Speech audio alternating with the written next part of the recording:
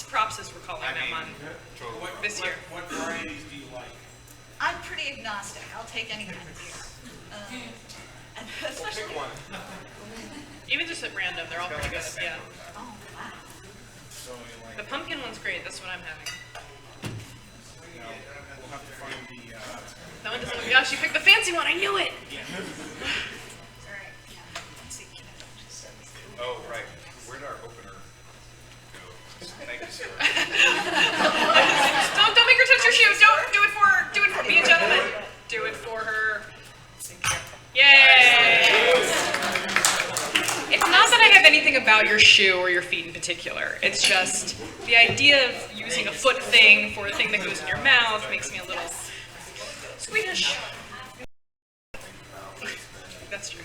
Good point. There's alcohol in it. So. Yeah.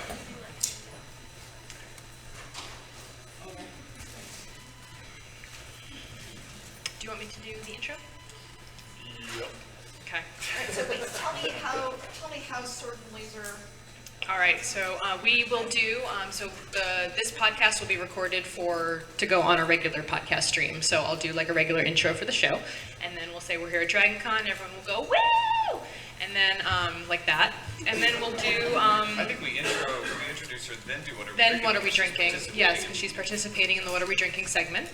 And then, yeah, we'll just start the interview. We have a couple of questions from us, a couple of questions from our forum audience on Goodreads, and then we'll basically open it up to you guys if you want to ask questions as well. And that'll be an hour. All right, are we? Oh, I have a prize. Oh, a prize? Yeah, I have Books. arts. But then that doesn't come out until next summer. Oh, nice. How do you want to give those away? Either way, can we do one for the audience here, and if you guys want to take one to give to the audience? Yeah. Or for Yes. for my collection? I mean, for the audience at home. I mean, my home. Pre-read by the time. It might be used, gently used, much loved. I'm sure is how we'll do that. Yeah, no, we can give one to the people who posted questions. We can pick one as random. Surprise. How are you going to do that? You're gonna, what? For people who in the We'll audience? give one to the audience. Okay, but how are you going to choose who in the audience? Oh, we'll figure that out. Yeah. Throw it. Yeah, just throw it into the Like air. a t-shirt can. You have to pick your favorite question, and then, yeah, that sounds like a dangerous, terrible, mob-inducing idea. But hey, half the fun, right? Live show. All right, you guys rolling? Ready to go? All right. Cool. All right. Hey everyone, welcome to the Sword and Laser episode number 188. I'm Veronica Belmont. And I'm Tom Merritt. And we're here at DragonCon 2014!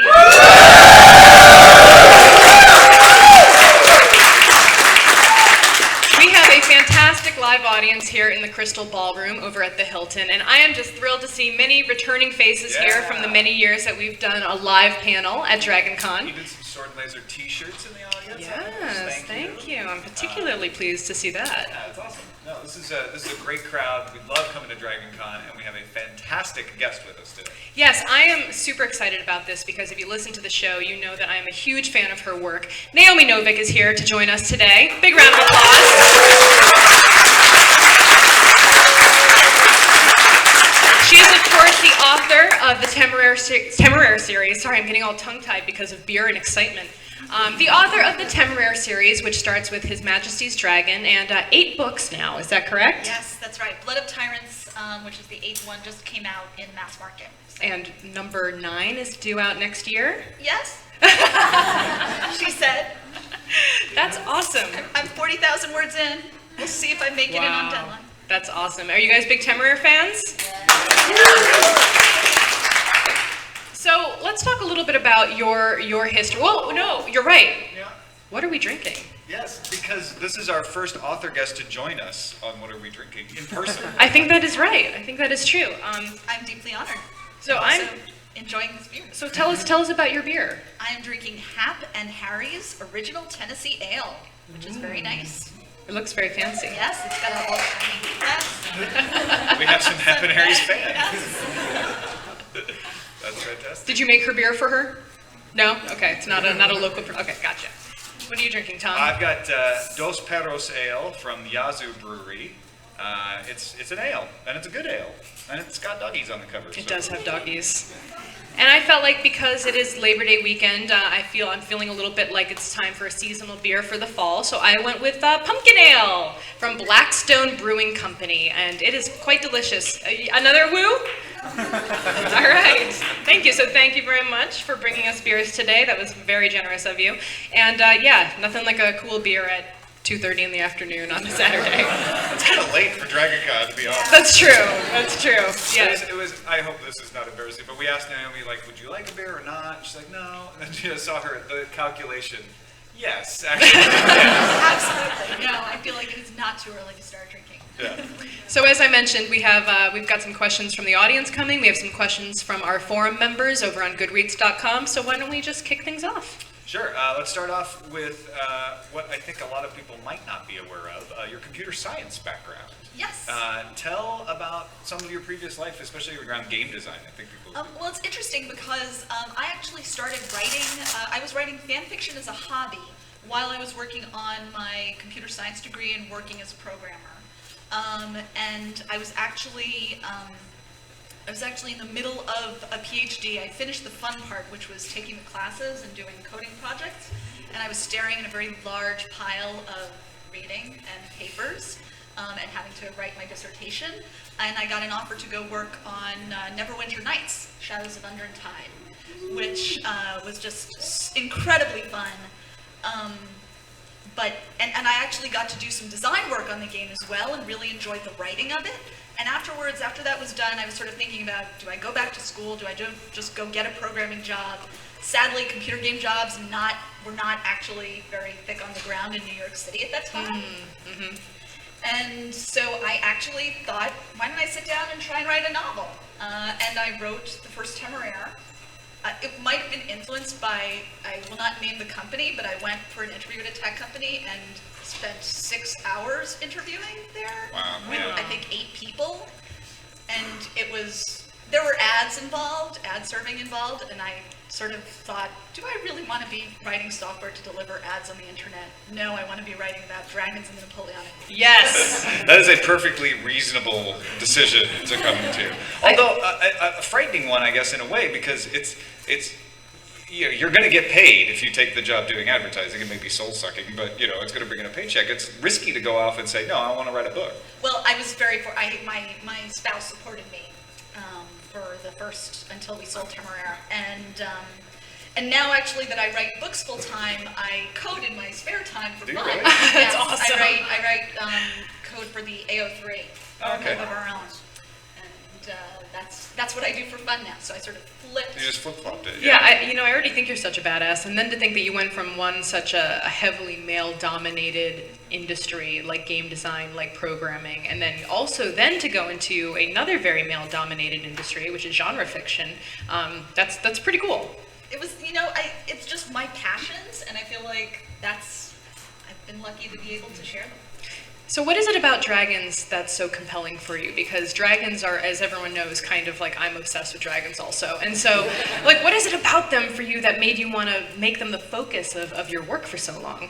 I guess who does not love dragons? Right. I mean, right? Am I right? Dragons, yes. The man stood up to take a picture, and for a minute I thought he was going to be, I don't like dragons. I'm the one person. And I guess I feel like I actually been thinking about the Pern books because I'm writing the introduction for Dragon Singer, which is going to be reissued soon. Oh, wow.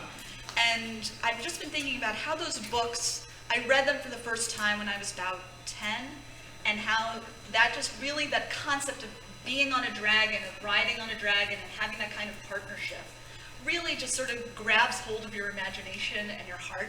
And I feel that that's just the idea of soaring through the air, that kind of power fantasy. And I love the idea of taking that and then also mashing it up with the complexities and the humor of sort of the Jane Austen type of relationship and the comedy of manners. Well, so why the Napoleonic Wars? Because it seems like, you're adding an extra level of complexity by doing an alt history story as well on top of things. It seems like you could go total fantasy and make it its own world, and then you don't have to follow any rules, but instead you're kind of following a set of historical events that you're now building onto. Why did you go that route?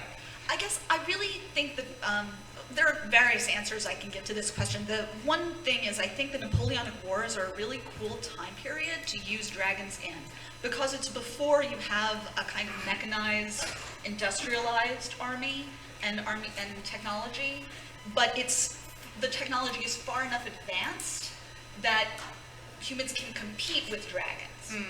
A dragon against a brace of cannon is very different than a dragon against, a castle of armed knights, at least the kinds of dragons that I have.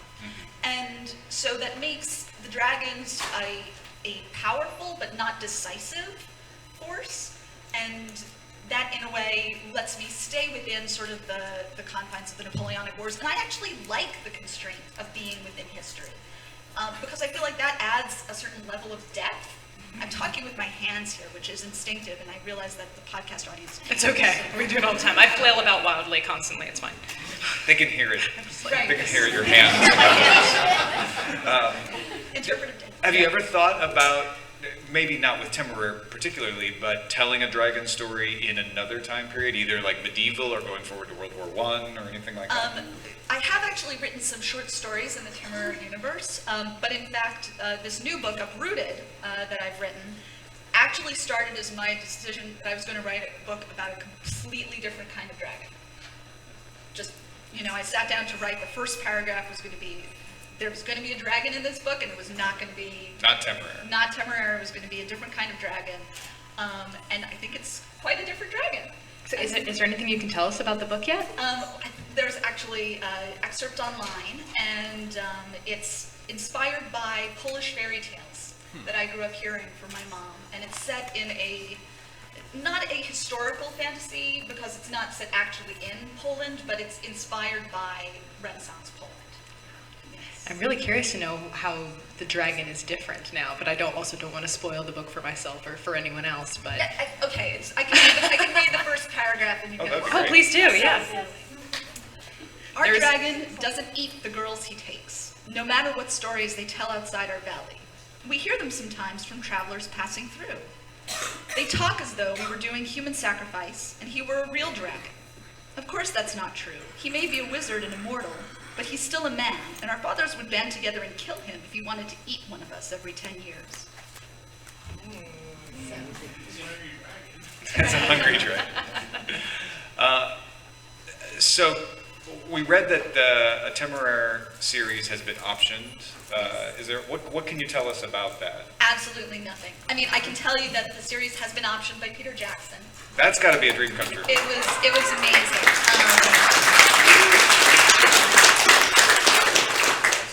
Yeah, and it's one of those things, we actually, he optioned it before the book had been published.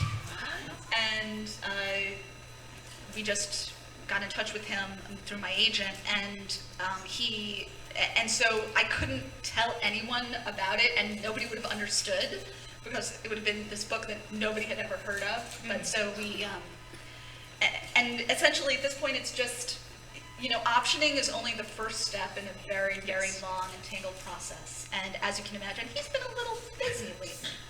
So it's really one of those things where He's you got can't... other dragons to deal with recently, yeah.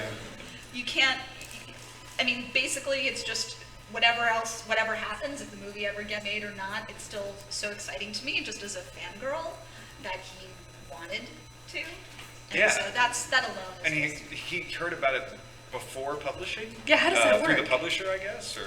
My agent has, it's one of these complicated things where it went through like 5 different people. Gotcha. Yeah. And he was like, dragons? Tell me more.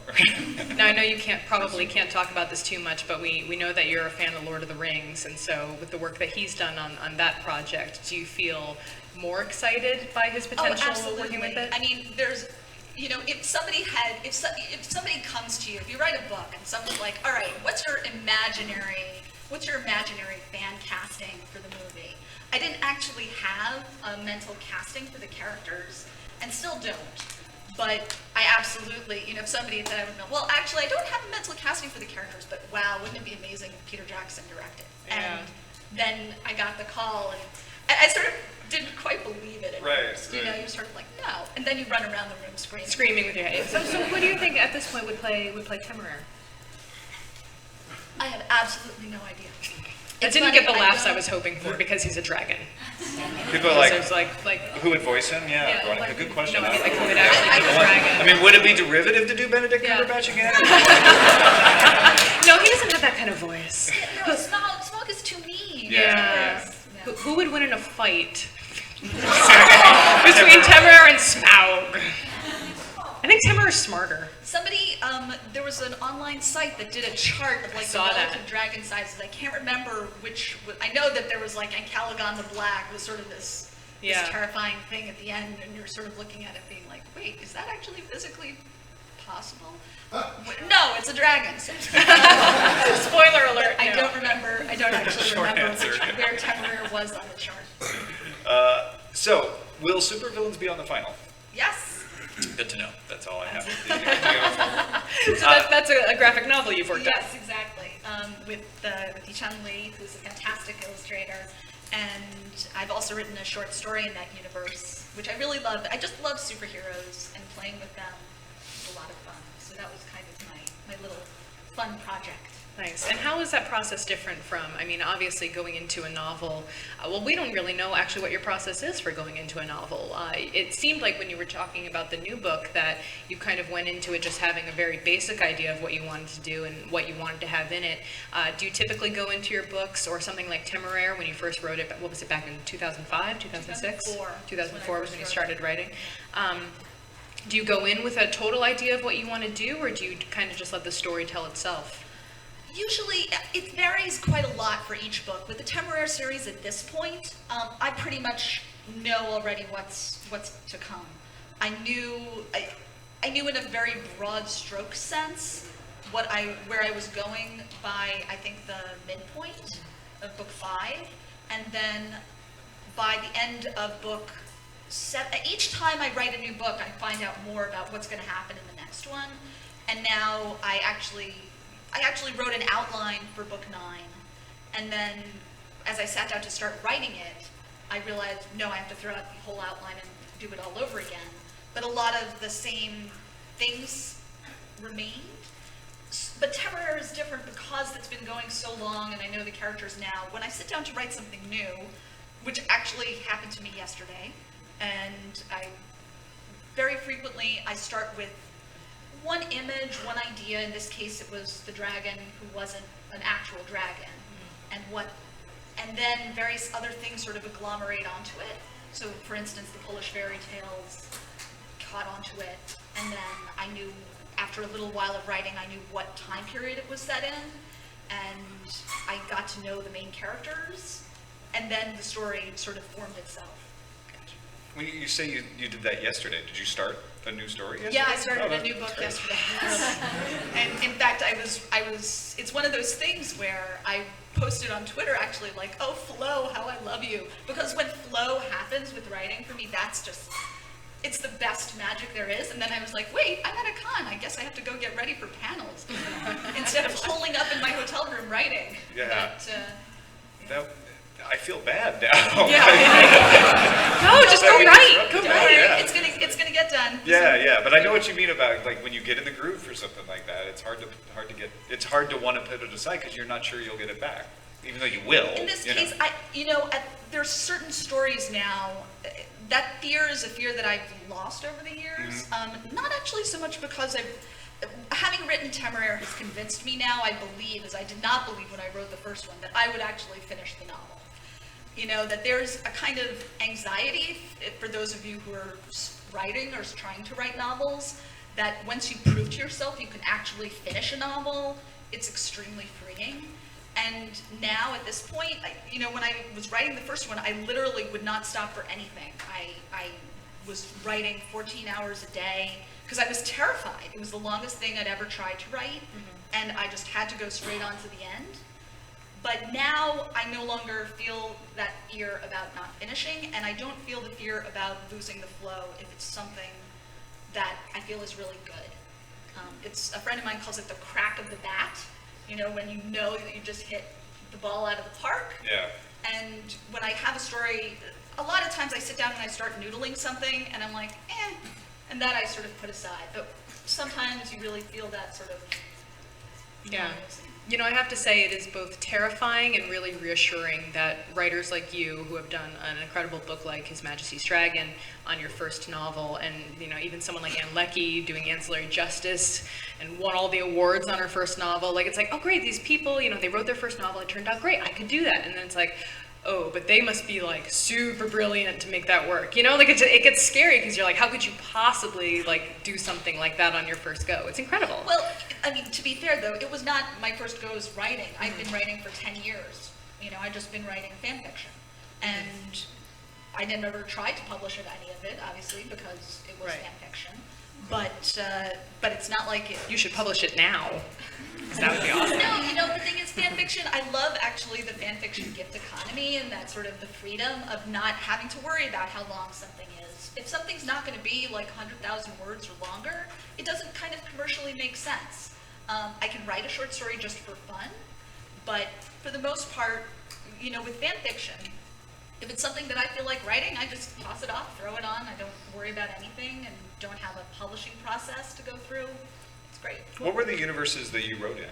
That was my question. Oh, yeah. sorry. No, I'm glad you Sorry, asked. I think I've got 400 fanfic stories. I've written in, I think, 50 fandoms. Oh my gosh. So I've written in a lot. What's your top three? Oh, my top three. I'd have to actually look at my page on the AO3. I think the top one was actually American Idol RPF. And then Supernatural, I wrote a ton in. And then I just wrote a bunch in Person of Interest fandom before I moved on from that. And right now I'm writing Captain America. Yes. That's awesome. Do you want to jump to the forums? Yeah, Joanna wrote us a question on the forum. Are we likely to see stories in the same universe centered on characters other than Lawrence and Temeraire, humans and dragons both, I hope, she writes. Absolutely. I am going to be putting together, among other things, a fan art inspired book, hopefully with Subterranean Press, where a lot of fan artists submitted art to a contest, and I brilliantly held this contest just before the birth of my child, who is now 3.5, and as you can imagine, that sort of cut into my writing time. You're just now coming up for air as well. Yeah, and basically I finally decided I was just going to have to finish the Temeraire series itself. But I have worked, the sort of anchor story of that collection is going to be a retelling of Pride and Prejudice in the Temeraire universe, which is just being like crazy amounts of fun to write. But I'm going to be writing stories for that collection. Some of them are going to be set in other times, in other places. There's one, a couple of artists did a fantastic piece of art of Don Milan as a dragon rider. And so I'm going to actually try and write a filk of the original poem. She is one of us, people. She is like 100% one of us. I love it. You belong at DragonCon as, yeah, Yes. definitely. Terp Kristen says, what's your take on audiobooks? Are you happy with the way that Simon Vance has done the narrations? Absolutely. I mean, it's so nice. I myself don't have a commute, and so I can't actually, I don't have a place to listen to audiobooks myself, so I've only listened to pieces. But it's so many people who do listen to them tell me that they've come to the books through his narration, and he's just such a great artist. And it also is just, I mean, I'm sure many of you who are actually book collectors also feel the pain of having different covers for, you know, they change the covers midstream when you're writing a long series, and so they're not consistent, and it's so nice to have the consistent voice for the audiobooks, and I'm so delighted. I'm not at all surprised that he brings people to the series because he's got a legion of fans all his own. I mean, I myself have picked what to read next based on what he has narrated on Audible. So yeah, I haven't listened to the audiobooks actually. I read them all in book form, but it definitely seems like it would be a good way to go back and re-listen. We just did that with Name of the Wind by Patrick Rothfuss actually, which I had read in print and now going back and listening to an Audible to get those different nuances, I think. Right, because it's like getting to read next to a friend. Yeah. It's getting to have a friend read it to you. Yeah, we have a small vocal group in our book club that contest the value sometimes of an audiobook over print, and I don't think they're necessarily exactly equivalent. There are certain advantages to reading in print because you can scan and go back and reread a line or whatever. But I think those nuances of inflection and being able to hear the voices and know who's talking immediately because of the change definitely gives you a different experience, and it's just as valid. Yeah. Trike wrote in and said, how many hours a day or week do you write? It varies. Well, these days actually my schedule's become much more fixed. I have childcare for a certain amount of time each day, usually from 8:30 to 4:30, and so in that period is when I have to do most of my writing. And then in the evenings frequently I'm writing for fun. I'm writing fanfic or something else, noodling. And that's really, but it's my own actual, what I would be doing if I had absolutely no constraints would be writing 12 hours a day. Yeah. Do you feel like writing something different like fanfic kind of gives your brain a rest and lets you refresh? It's up to whatever you guys think is more efficient. We always need one person to be the first to jump don't be up. scared. So, All right, there we my go. man. Thank you. Fan of MC Allergy right here. How do you combat writer's block, and I mean, how often do you get it as far as like writing series is concerned? So writer's block, I don't really get writer's block. What I do frequently get is distracted. And the way I combat the distraction is by putting tumblr.com into stay focused on my browser and literally locking myself out of it. Because sadly, Tumblr is just an evil time. I think we all have that site on the internet that's just like your go-to, like this is gonna kill at least 2 hours of my time no matter what I do. Yes. And generally I find that that's something like that is what I do if I don't have flow going. And the other piece that I try to do to combat writer's block is the Pomodoro technique, which I don't know if anybody knows that. It's a technique that basically is you work for 25 minutes and you take a break for 5, and you do that 4 times and then you take a longer break. And it's, if anybody knows, Unfuck Your Habitat, they suggest doing 2010s for cleaning your apartment. You work for 20 minutes cleaning, take 10 minutes off to do just something fun. And if I'm struggling with flow, that frequently, just that discipline kind of usually gets me into a place where I have it moving. In the overall universe of Temeraire, would they ever reach a point where... I don't think so, because obviously dragons are intelligent and dragons like to fight, where horses really don't. And I think that what you'd be able to do is get dragons, you'd armor dragons. In fact, I feel like that's probably the direction the Temeraire universe might move into, is more a kind of cyborgification of dragons. Because I think that probably the first step would be, how do you build armor that can protect a dragon? How can you mount weapons on a dragon? And because you still have the advantage of like so much physical power, why, obviously, like even now in the armed forces, you still want generally larger, stronger people doing it. But then obviously there would be different jobs that I think dragons could do probably to some respect better than people. I think, for instance, dragons have a better sense of 3-dimensional movement. So. Did you guys hear that? Cyborg dragon? It's Lem's big moment. So Who's to say he's not unstuck in time? we have a pet cyborg. Well, I can't call him a pet, really. No, he's not a like, pet. no, he would not be happy to hear that. But he's half cyborg, half Awesome. regular dragon. His name is Lem. It's a long Is story. it actor Stanislav Lem? Yes. Yes. Yeah. Well. When you were talking, it made me think of the fact that you're saying dragons are intelligent, so they wouldn't be treated like dumb animals.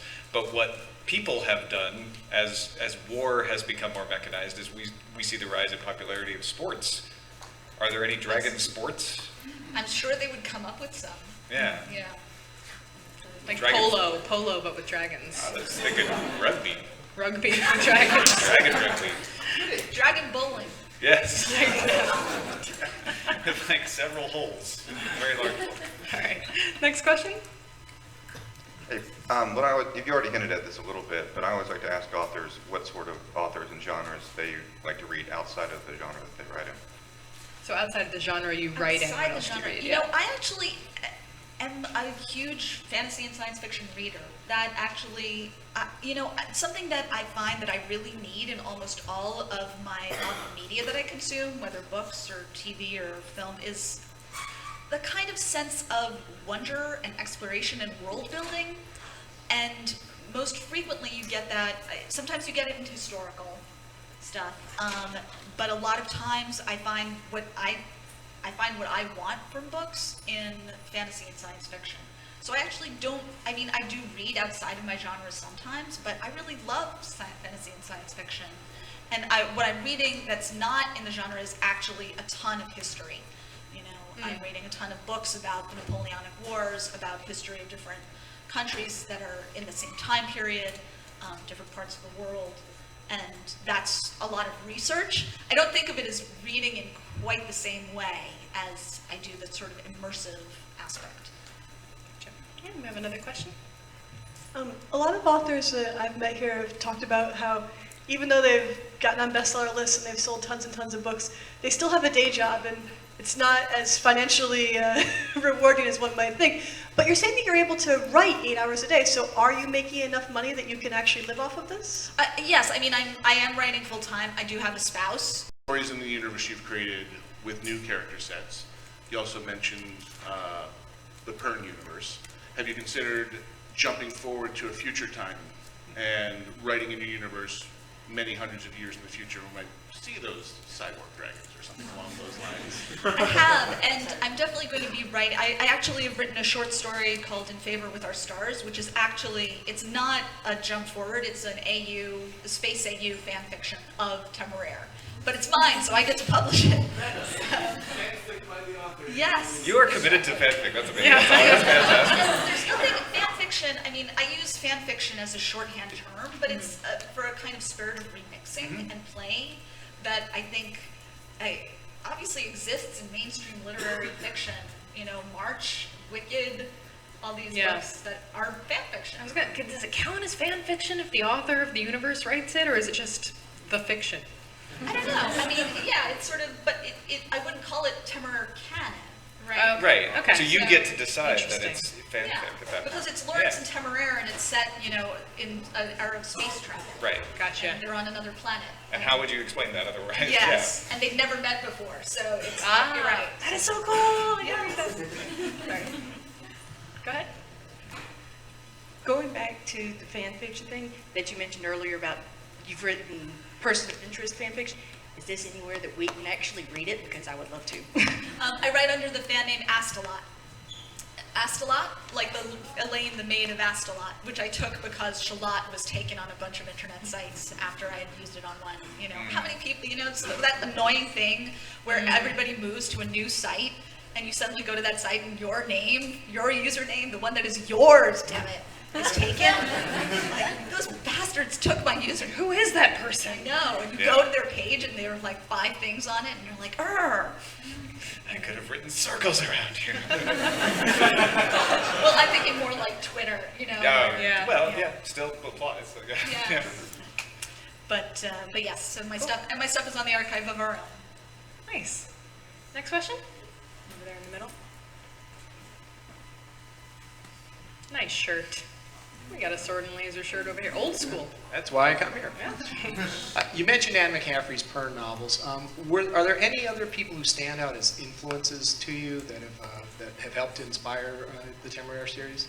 It's Robin McKinley's The Hero and the Crown and the Blue Sword were really important books to me growing up. I think Patricia McKillop, Ursula Le Guin, these are sort of the writers of my heart. Tolkien, obviously, and I'm trying to think Patrick O'Brien was a much more recent influence. I only found him just before I wrote the Temeraire books, and he was sort of the spark that made me go back to that period, to the Regency and Jane Austen and Georgette Heyer, that I'm also a huge fan of. And who else? I guess I love Rex Stout, his Nero Wolfe books, which are mystery, but just a different kind of, has that kind of sort of Spanish zing to it. I don't know, that's the kind of arc. I mean, I feel that there are many things that have started in the books that we don't see, that aren't going to be neatly tied off with a bow, because life doesn't get neatly tied off with a bow. And there are many characters who will continue on past the end of the books. I'm not going to kill everybody, it's not going to be rocks while everyone dies. But I do think that there are certain things that I want to end at the end of the book, and I've known how I kind of wanted to end it for a while. It'd be kind of funny if Naomi Novik goes grimdark on us. Yeah. Just at the end of the very last book. You're like, what? Yeah. Actually, there was this interesting conversation on Twitter that just started the other day by Gail Simone, where my themes are, and she was asking writers to tweet what they thought their themes were, and I actually said that one of my themes is optimism, and I think that's absolutely true. I'm the opposite of grimdark. I get very impatient with grimdark. Yeah, it makes sense. Coming out of the Napoleonic Age, there was a lot of optimism. It was grimdark enough. No, well, like during the war. There's definitely all sorts of. That doesn't mean that bad things don't happen. Right. Obviously, I have killed many a character in my books and had many people sad about some of those characters. But, and it's a book about war, and in war people do die. But I think that's a different thing from a kind of spirit of optimism in general, where it's not, everything is not going to be terrible and bleak, and it's not a single person against the world kind of thing. I'm interested in seeing cooperation and collaboration, and I feel that that's what actually needs to triumph. Okay. Any other questions? Keep them coming. I have a question while you find the next person, so put your hands up. No, seriously, put your hands up. When you're talking about earlier about being sort of an author coder still, and you mentioned remix culture, have you ever thought about coding a story, or somehow combining those two? I have. But the thing is, I feel like if I was going to do that, I'd actually go ahead and build a game. And I have thought about doing that. It's just honestly the time commitment to sit down and do it, and I've actually kind of got a little bit addicted to sort of the freedom of the novel, especially the being able to sort of decide and not have to worry about, is this actually accomplishable technically? And so, but I definitely feel like I can imagine writing some interactive fiction, building an actual game. Text adventures. I love text adventures so much. Oh, Infocom. Yeah. RPG. Yes. I mean, I actually built and coded and played on Mushes online. Oh, yeah, nice. Yes, if any of you are Yeah. old school. We are. Yeah, we are at least. Who's got our next question? I was wondering, what is your environment like when you write? Like, do you sit on a couch or a desk, or what's that like? I have a desk and I am on the Mac side of the force. So I largely write on just a desktop Mac, and I also have a Mac Air that I travel with. And I will sometimes write on my iPhone with documents to go, which I love, because I have everything in Dropbox. Dropbox saves my life because I have multiple computers that I have to work on, because sometimes I go home and sometimes I have an office that I go to, and so being able to move from space to space. But you back up anyway, too, right? You back up? Well, I have PackRat, and Okay. I have backups on all 3 computers. So. Okay. I get very nervous when people say they only have it in one place. Well, she's got Dropbox, so it's Got synced across multiple I've heard computers. scary things about Drop. There's That has happened to Ryan. That my makes a husband, in the local past. yeah. No, it could do weird I've things. had accidents with Dropbox Sure. that are terrifying, where everything just suddenly seems to disappear, and it looks like your Dropbox has been deleted. But it's just just a giant pain in the butt. You have to go through and restore Yeah. things. Yeah. It's a version. It's all there. We're slipping into a different topic of a I know. Sorry, the sorry. tech nerds too are I'm like. easily distracted by talking about tech. Me too. Yeah, Has us anybody too. seen pictures of the new iPhone screen being stabbed with a knife? Oh, yeah, by Marcus. Yeah, yeah. Nice. Go ahead. I particularly enjoy the series. I kind of stumbled onto it a little while back. But one thing I really like about it is how all of the different cultures, basically like every dragons have a different job, role in every society. And I was just wondering how you kind of came up with that ideas for, say, in South America, like, okay, well, I own the dragons, I own these people. And so, and that sort of thing, like, did you just look at it like, okay, here's their society, now how would the introduction of dragons change that? Was that sort of what you did? Absolutely. I basically knew sort of by the second book in the series that I wanted relationships between people and dragons to be radically different in different cultures where there was a relationship. Some cultures there isn't one. There are some countries where dragons and people basically live completely independently of one another. But in the societies where dragons have formed relationships, I wanted them to all be distinct. And what I generally do when I'm building that kind of relationship is frequently I have one element, which is I'd like it to be distinct from the other relationships. And then the other piece is looking at that society, at that culture, thinking about what's going on in that culture at that time. So for instance, with the Inca, of course at this time, a large number of the human population had died due to pandemics because of lacking disease resistance to European diseases that were brought over. And as a result, I thought, how would dragons my idea was that before the introduction of those diseases, there was a society where dragons essentially were part of a family unit and derived their honor and status from that family unit, and how well that family unit was doing and how well all their people were doing. And then what happened is, okay, so the people suddenly start dying. What does that do to the dragons whose sense of self-worth is bound up in protecting their human family? And that's basically how I evolved the relationship, that the dragons become much more anxious and much more possessive and protective of their people. And at the same time, so other cultures, I feel like that's quite interesting. That's more fun for me as a writer, to discover what dragons and how dragons and people interact in each different society. Do you intentionally model it on any relationships we have with animals now? Like, I've read things recently how like cats see us as the pets, essentially. Do you research that, or you just sort of feel it out? I don't really research that specifically. I feel like there's definitely an element of it. I think that, when people see, I've had people tell me fairy tale power and the heroism of her courage. And the sort of key line of that story is the people on the other side of the wood are just like us. And it's little cameos, little touches from various fairy tales, but then it became it's not a fairy tale novel exactly.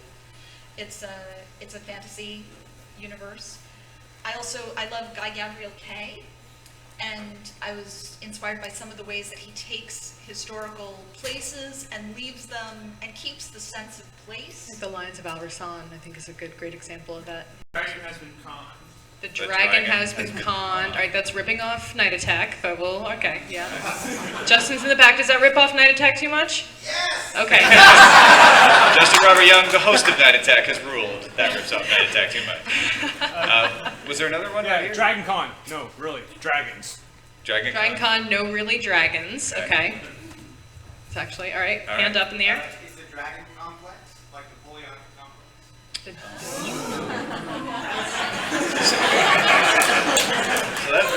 Say it again. It's a dragon. It's a dragon. Okay. Make sure I got it right. It's a dragon complex. I couldn't say Should we say like Dragionic complex? Would that make more sense? Basically, you build a text-based role-playing environment and you play in it with other people, and you can write code, you can build environments and describe them, and I really got interested in doing that, and quickly ran up against the limitations of what I could do without actual any kind of background in computer science. And I started studying it more and more, and eventually went back to school full time for it. And that's, but yeah. Awesome. When you code now, what kind of stuff do you do? Ruby on Rails primarily, because it's for the archive of our own, which is Ruby on Rails. This is actually for Veronica. How is your cable service now? It's a little inside baseball, but yes, it is. We use. I don't know that it's that inside. That's true. It might be more popular than our show. That's true. I don't even know who you are. We're talking about it. And I was like, oh, I know who she is. They're like, Yeah, there's some on CNN about it. Or... Yeah. All right. So if you don't know the story, Google Comcast customer call from hell or something to that effect, or my name with Comcast, and I'm sure you'll find it. It's doing very well. We have Astound Cable now, which is a small local Bay Area cable provider. We get faster upload speeds and we pay less. So suck it, Comcast.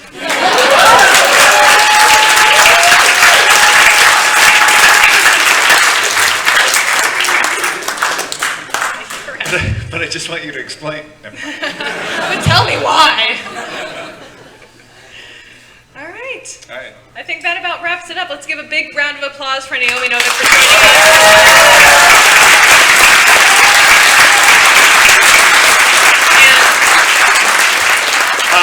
A couple of pieces of bookkeeping for the Sword and Laser podcast and book club audience. We will wrap up Name of the Wind and kick off Stories of Your Life by Ted Chiang next episode, episode 189. On the 2nd, yeah. So join us. And of course, you can find Naomi Novik's website at naominovik.com. It's NaomiNovik.com. Blood of Tyrants, as she mentioned, came out in mass market paperback July 29th. And Uprooted is coming out June 30th, 2015. Excellent. Fantastic. Thanks again, Naomi. This was My really pleasure. fun. Thank you. This was heaps of fun. And if you want to stay up to date on Sword and Laser, our website is swordandlaser.com. All of our discussions happen over on Goodreads. You can follow us at Sword and Laser, or call and give us a voicemail at 415-7-SWORD-6. We'll see you guys next time. Thank you. Bye.